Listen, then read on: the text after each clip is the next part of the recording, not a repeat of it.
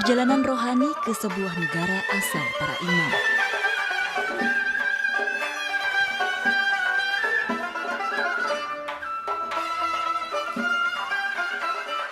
Menyapa sejarah dan budaya dari abad pertengahan di Asia Tengah.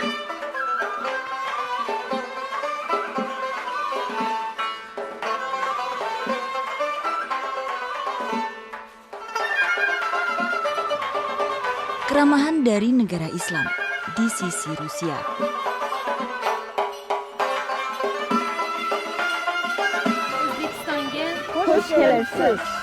Welcome to Tashkent, Uzbekistan. Inilah perjalanan ziarah saya, Amarina Lutfia, di negara dengan ratusan madrasah dalam journey Way to Explore.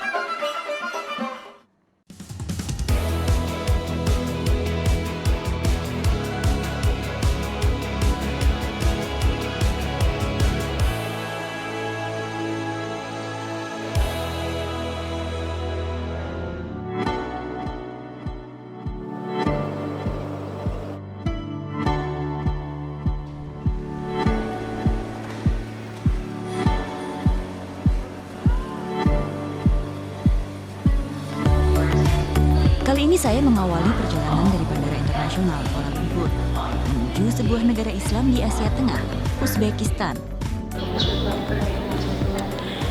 Saya sudah sampai di Kuala Lumpur International Airport. Tadi udah sekitar 2,5 jam dari Jakarta.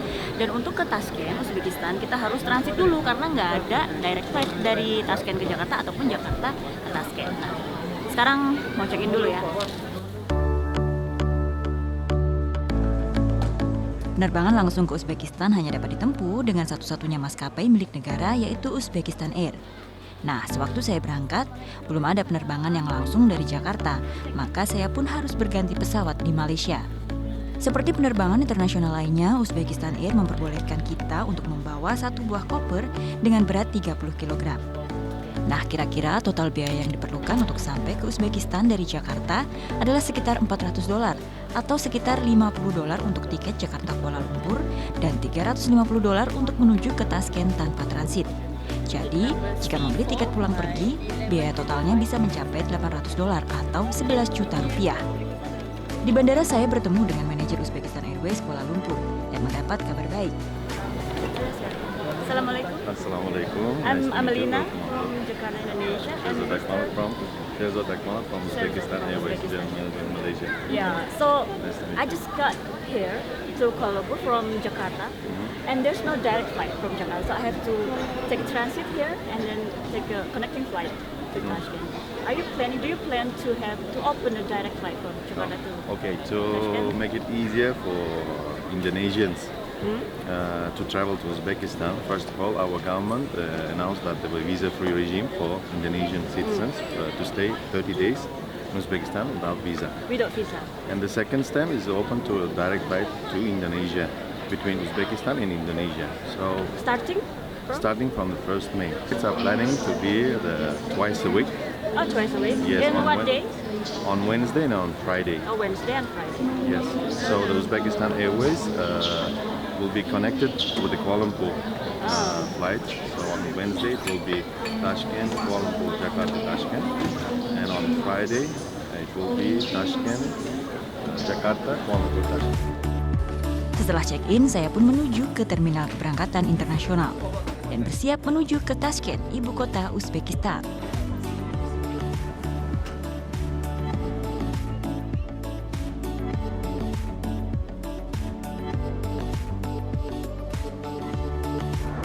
Kira-kira penerbangan ke Uzbek itu dari Kuala Lumpur 6 jam.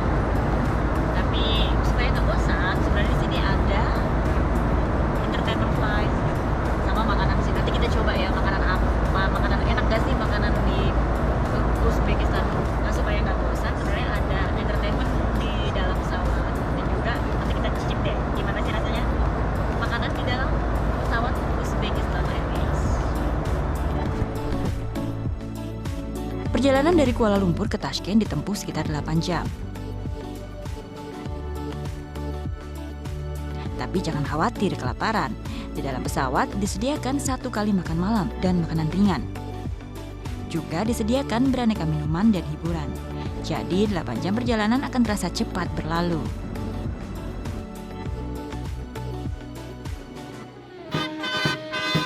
Malam hari saya pun tiba di Bandara Tashkent. Setelah 9 jam akhirnya sampai di sini, lihat ada pawai parade kayak gitu.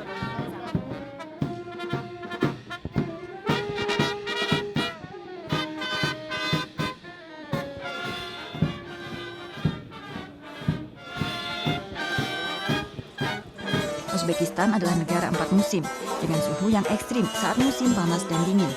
Jadi untuk para traveler, jangan lupa ya mengecek suhu udara di Uzbekistan sebelum berangkat dan pastikan membawa pakaian yang sesuai.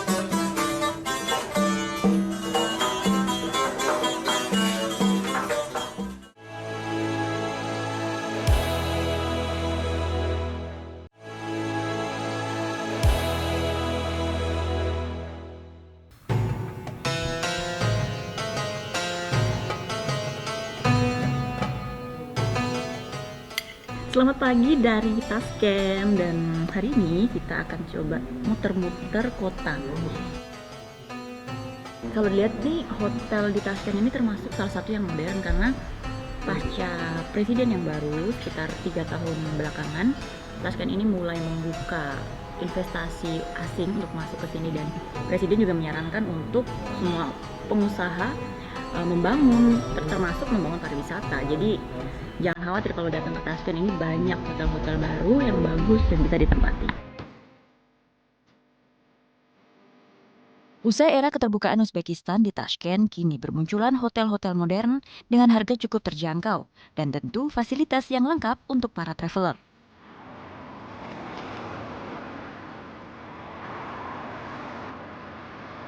Hari ini saya akan menjelajah jejak sejarah Islam di ibu kota. Dan lokasi pertama yang akan saya kunjungi adalah Hazrati Imam Square, pusat agama Islam di Tashkent. Kompleks Hazrati Imam berada di kota tua, dekat dengan makam imam pertama kota Tashkent, Hazrati Imam, yang memiliki nama lengkap Abu Bakar Muhammad Kafal Sashi. Di Haz Imam terdapat beberapa monumen atau bangunan bersejarah yang memiliki ciri khas tertentu yang hanya bisa ditemui di Uzbekistan. Corak bangunan dengan nuansa Persia dan Arab juga Mongolia dengan warna dominan emas dan biru.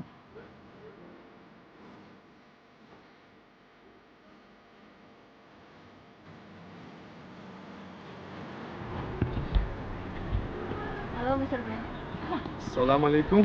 You're welcome to the Republic of Uzbekistan. Thank you so much, Mr. So this is Hasimah. Yeah, this is Hasi Imam complex. Yeah, we call this is in short Hasima or Hazrati Imam complex. Yeah. People say Yeah. that this is the center of the religious activity or religious historical Islamic religious in. Okay, I can tell you something about our Islamic history. So we have now here, you can see where Quran book is kept in this building. Yeah, this is belonging to 7th century after Arab occupiers. Osman Khalif brought this book to Central Asia. Yeah, it was contributed for safety of this book by Amir Temur in 15th century. Yeah, and the President Islam Karimov, and nowadays is Shavkat Mirziyoyev also contributing to come tourists to our country and know about the history So of this Islam. is like the last and the only. No, we have or a lot of No, the historical only places. Quran is placed here. The oldest Al Quran is placed Yeah, here. one of the 4 real Qurans which is kept in Turkey, in Arabia, in Uzbekistan. Yeah, this is one of one of the real 4. Quran, big book. It's still Di kompleks ini terdapat Masjid Tilasik. Tila berarti emas, dan di masjid inilah terlihat arsitektur khas Persia dan Arab.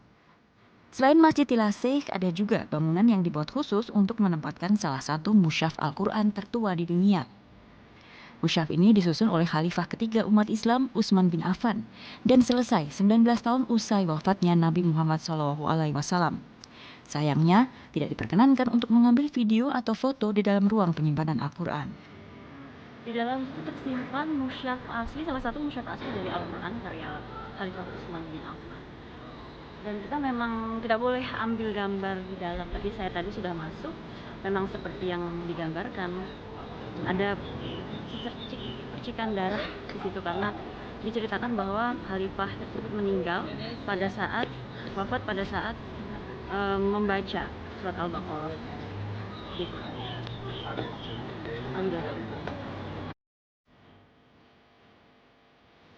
Di kompleks Hazreti Imam ini juga terdapat sebuah bangunan bekas madrasah. Inilah Madrasah Barakan. Namun Madrasah Barakan ini telah beralih menjadi pusat seni dan kerajinan Tashkent setelah diguncang gempa pada tahun 1966 lalu.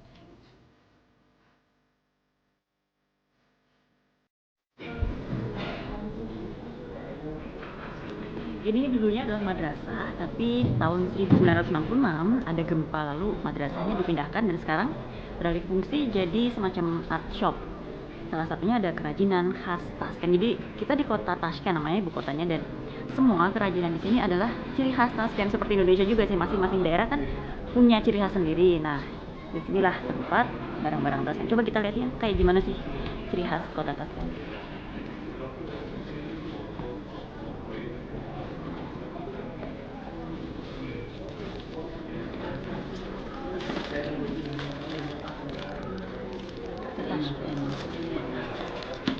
Berbagai kerajinan dapat ditemui di pusat seni ini. Mulai dari souvenir khas Tashkent, magnets, ataupun boneka wanita.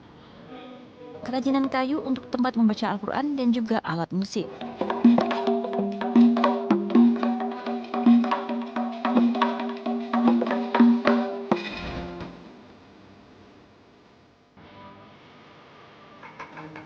Salah satu kerajinan khas lainnya dari Tashkent adalah ukiran kayu.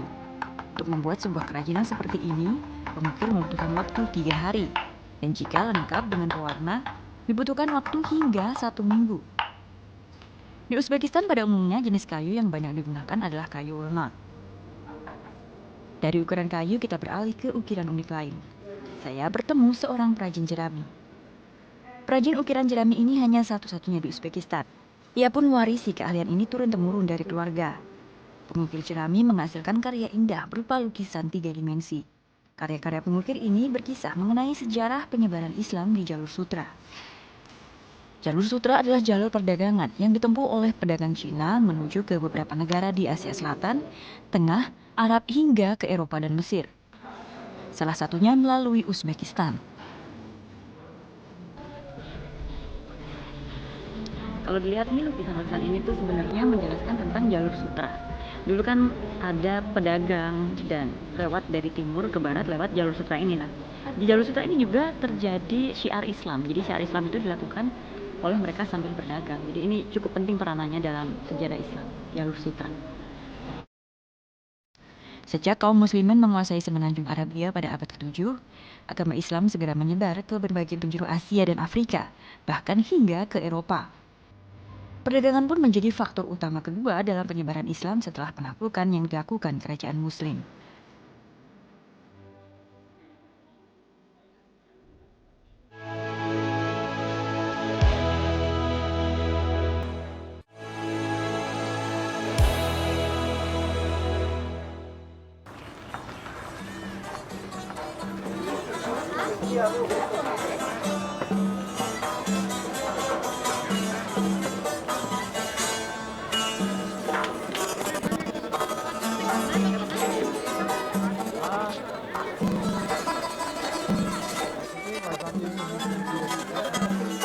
Perjalanan saya di Tashkent selanjutnya berlanjut ke sebuah pasar tradisional tak jauh dari kawasan kota tua.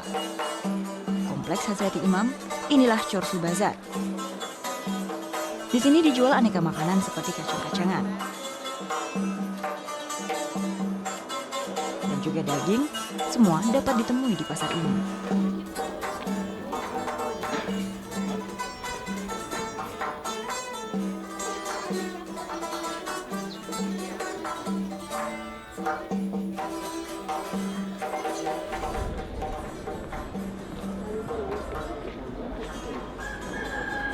Kita ada di Chorsu Market atau pasar Chorsu, itu pasar yang mungkin terbesar di Tashkent, dan kalau dilihat memang ini kan 90% mungkin Uzbekistan, orang Uzbekistan adalah muslim, jadi baju-bajunya ini didominasi oleh baju-baju panjang. Kalau di Indonesia mungkin namanya baju muslim. Nah, ini baju pernikahan kayak gini. Nanti kita lihat ya, saya akan coba pakai baju ini. Tapi nggak hanya baju loh, di pasar Chorsu ini juga ada beberapa makanan khas seperti kacang-kacangan, juga ada daging, mulai daging kambing, sapi sampai kuda. Kita keliling pasar Chorsu dan jangan lupa belanja.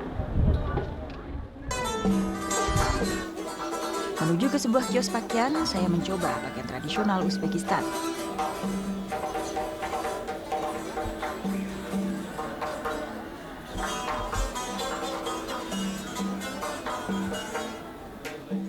Sebuah rompi khas yang dilengkapi dengan penutup kepala.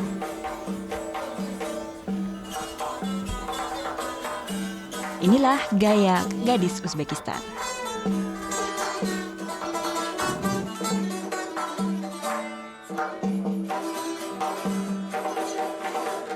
Dan di Chorsu Bazar ini dapat dijumpai berbagai souvenir khas Uzbekistan seperti magnet, gantungan kunci hingga tas. Tentu dengan harga yang miring dibandingkan dengan harga di pusat kesenian. Mata uang Uzbekistan tak beda jauh dengan rupiah. Satu Uzbekistan som bernilai sekitar 1,7 hingga 2 rupiah. Jadi secara praktis, jika traveler ingin belanja, harga barang di Uzbekistan cukup dikali 2 untuk memperkirakan harganya di kurs rupiah. Contohnya, magnet-magnet dan gantungan kunci ini harganya dari 10.000 hingga 20.000 som. Cukup terjangkau kan jika dirupiahkan hanya mencapai 50.000 rupiah.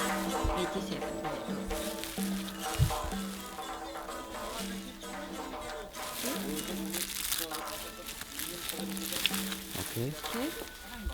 87. Bayar dulu nih, duit Uzbekistan 100.000. Here, 100. Thank you.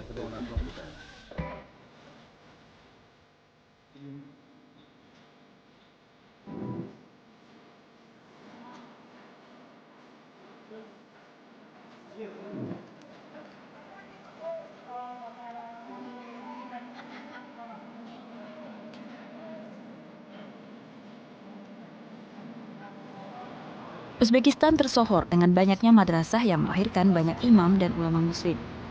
Madrasah ini biasanya memiliki bangunan yang luas dan arsitektur megah. Salah satunya Madrasah Kukeldash. Sebuah madrasah khusus laki-laki yang letaknya tak jauh dari Chorsu Bazar. Untuk memasuki area madrasah, para wisatawan harus membayar 10.000 som.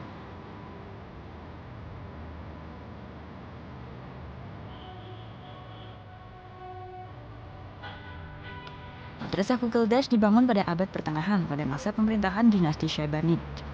Dibangun dengan batu bata berwarna kuning dan coklat, madrasah ini memiliki bentuk tradisional dengan pintu gerbang yang megah dan halaman yang luas. Dinding di antara halaman dalam adalah kelas-kelas yang digunakan para murid untuk belajar. Bangunan madrasah mencapai ketinggian 20 meter dan 2 menara berdiri kokoh di setiap sisinya.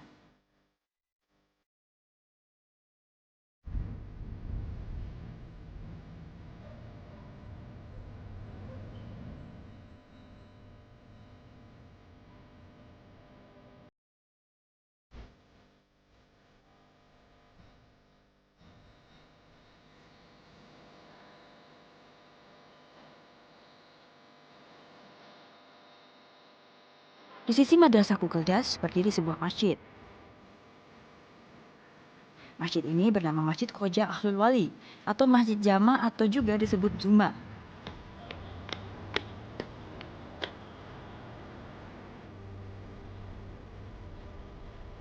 Yang dibangun pada tahun 1451 oleh Syekh Ubaidullah Khoja Ahrar. Ada 2 mazhab di Uzbekistan. Mazhab yang menghimbau perempuan untuk tidak sholat di masjid dan mazhab yang memperbolehkan. Namun secara umum, tidak banyak ditemui perempuan yang mengikuti sholat berjamaah di masjid di Uzbekistan, kecuali para turis. Termasuk di masjid ini, sebagian besar jemaahnya adalah kaum laki-laki.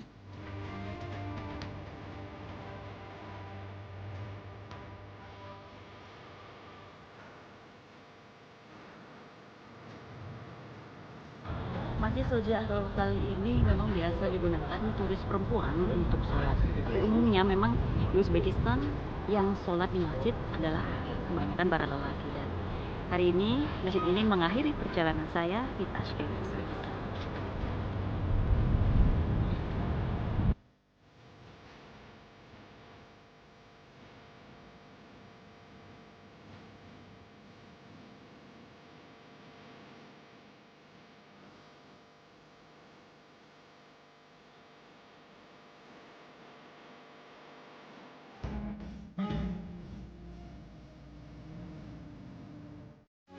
Metro TV. Jelajahi cara baru mendapatkan informasi. Download Metro TV Extend sekarang.